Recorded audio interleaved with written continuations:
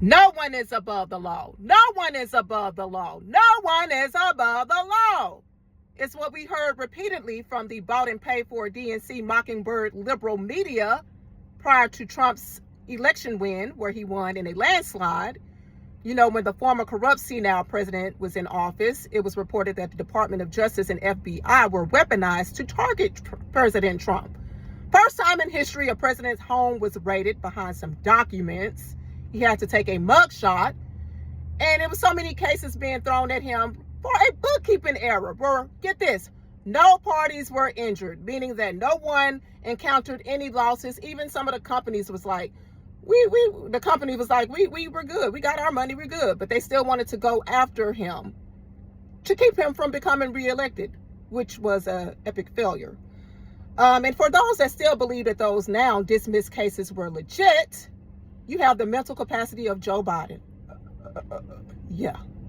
At any rate, you guys, and what's more interesting is that that same administration, after going after President Trump, trying to put him in jail for life behind some paperwork, reportedly pardoned 34 out of 37 of the inmates that were on death row. Yeah.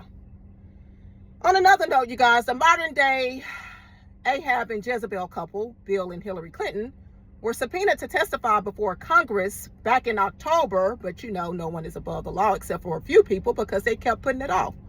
Reportedly, at one point, they said, oh, we would love to come, but we have a funeral to attend. I wonder if it was another one of those suicides that, you know, they've been connected to. I don't know. At any rate, yeah, if it was a regular person, they like to call us, we would have been in jail for not answering to a subpoena. But, you know, no one is above the law. And what's interesting is that Hillary Clinton ran that narrative, too, after she lost to President Trump. I mean, she sore loser.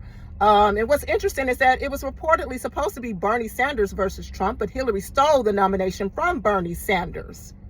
Then turned around and spent $48 million of our taxpayer money to try to frame President Trump, saying he colluded with Russia in order to win the election, but that was found to be false. Was she arrested or any charges brought against her for that? I thought no one was above the law. And she loves to talk about Putin and Russia.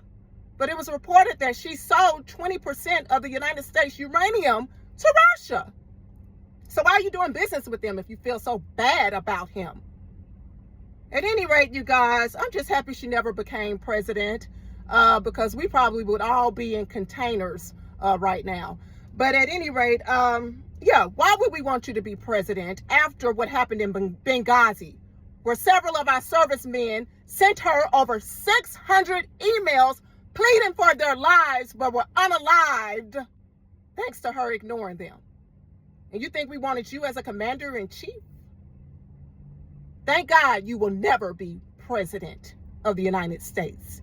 And for more good news, I just learned that CNN has reportedly been bought by a MAGA billionaire.